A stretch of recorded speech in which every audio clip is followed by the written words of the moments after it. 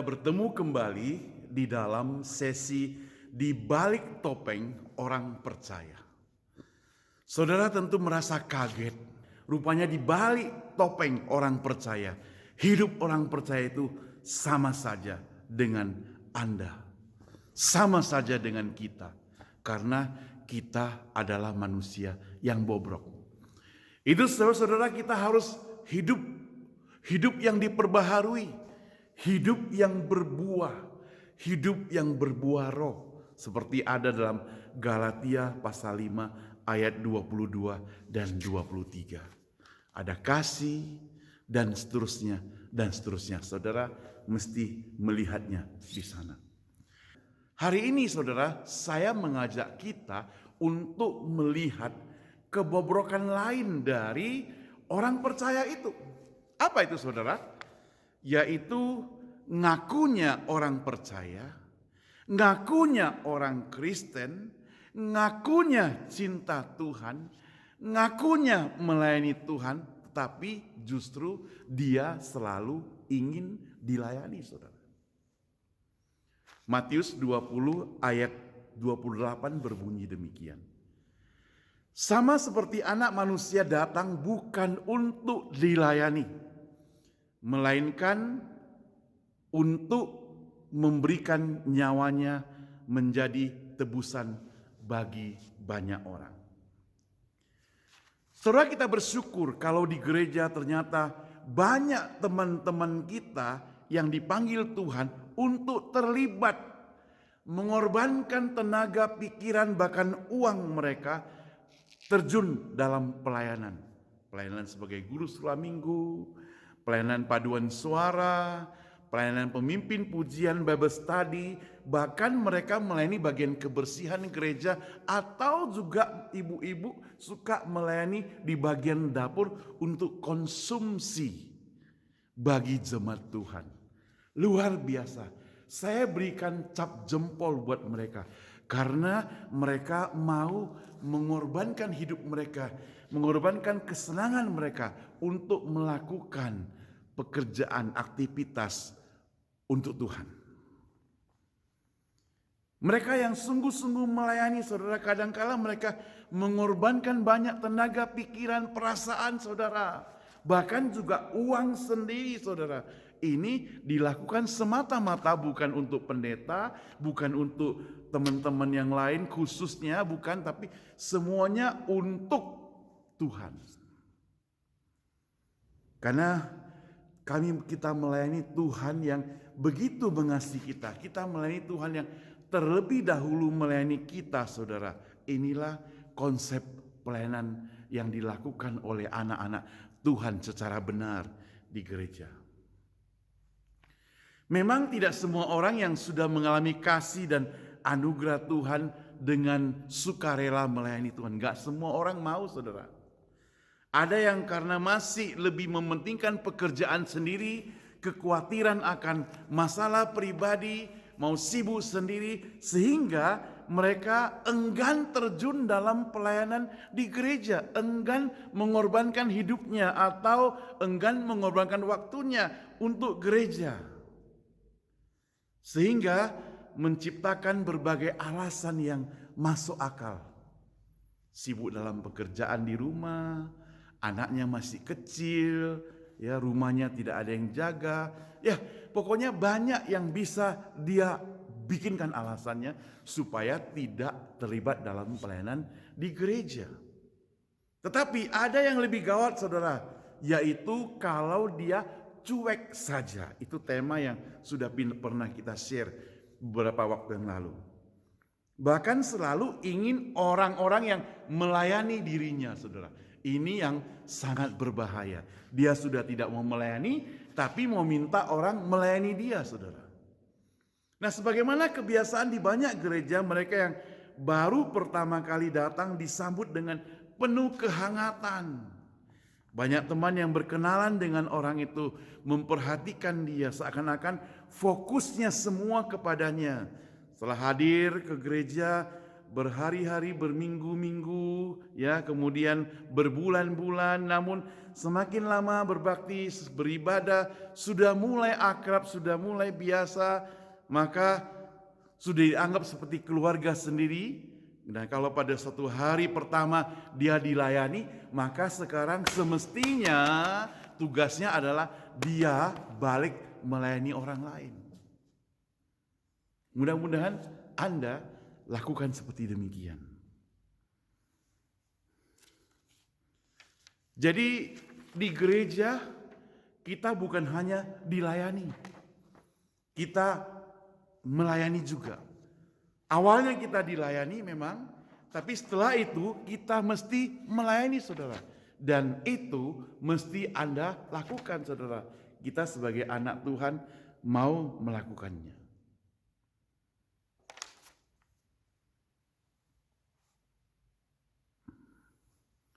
Prinsip yang diajarkan oleh Tuhan Yesus adalah kita melayani.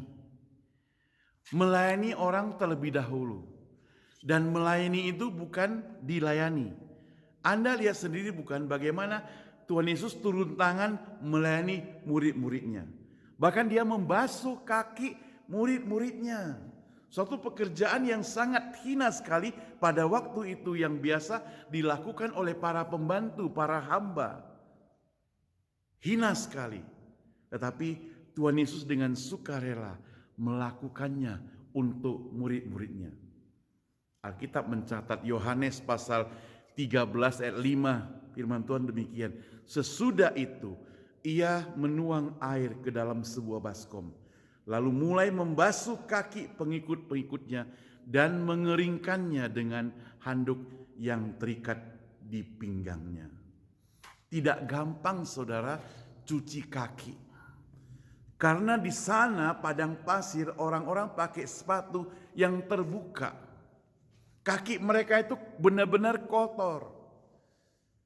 Zaman sekarang ada gereja yang mencoba untuk melakukan ulang, rekayasa ulang pencucian kaki pada menjelang Paskah. Tapi semuanya itu disebut dengan pencitraan. Kenapa, saudara? Gereja umumkan, saudara-saudara jemaat sekalian, minggu depan kita akan melakukan acara pembasuhan kaki. Saudara yakin gak jemaat yang datang ke gereja, dia akan pergi ke Medipedi untuk gunting kukunya, kasih warna-warni, bersihkan kakinya terlebih dahulu. Dia jaga jangan sampai kotor, jangan sampai bau, sehingga nanti orang yang melayani pencucian kakinya itu tidak merasa bau kakinya, saudara. Itu yang dilakukan bukan? Karena saudara kan malu kalau kakinya bau, kakinya kotor, saudara. Tapi waktu murid-murid Yesus dicuci kakinya, tidak ada pengumuman seperti itu. Kalau memang benar mau dilakukan, semestinya gereja rahasia-rahasia melakukan acara itu. Diam-diam adakan acara pencucian kaki. Kalau memang benar-benar acara itu hanya main-mainan, saudara. Itu sebabnya maka saya ingin menegaskan bahwa melayani seperti Tuhan Yesus tidak gampang. Dia mengorbankan harga dirinya, tunduk, jongkok, cuci kaki. Cuci kaki murid-muridnya. Maukah engkau dan saya lakukan seperti begitu? Harga diri dikorbankan, berkorban untuk orang lain. Saudara, sangat disayangkan. Seringkali kita bertemu dengan orang-orang di gereja, ada yang hanya mau dilayani. Kalau suruh dia melayani, tidak mau, saudara. Jangan sampai demikian. Gereja itu ibarat rumah kita.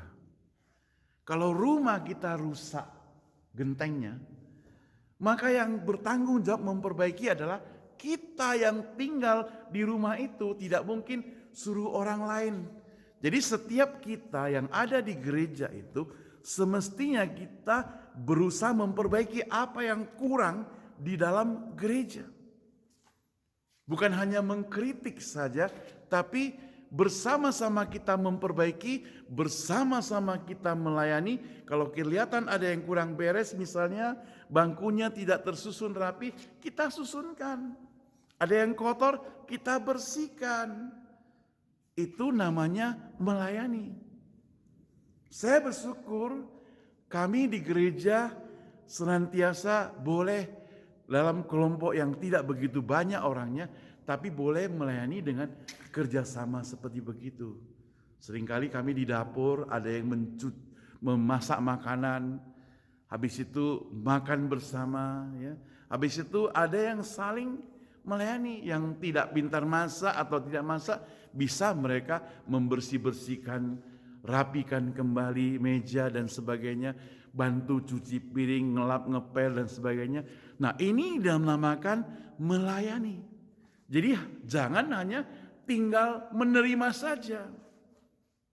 Orang lain sudah kerja setengah mati, dia ongkang-ongkang kaki. Jangan sampai yang demikian. Itu namanya kita maunya dilayani. Kalau kelihatan ada yang kurang beres, sama-sama kita lakukan pemberesan. Itu bukan menunjuk orang supaya membereskannya. Yang paling penting adalah saudara, terjalin kerjasama yang baik, saling mengasihi. Dan saya yakin di dalam pelayanan yang dirasa berat itu dapat menjadi ringan dan lancar kalau semuanya itu dilakukan dengan penuh sukacita, saling mengasihi, saling menyayangi. Setiap kita perlu memperhatikan tugas-tugas yang pernah didelegasikan. Sebagai anak Tuhan mesti melihat kalau namanya tercantum di warta gereja minggu depan sebagai pemimpin kebaktian, maka dia bertanggung jawab untuk memimpin kebaktian itu.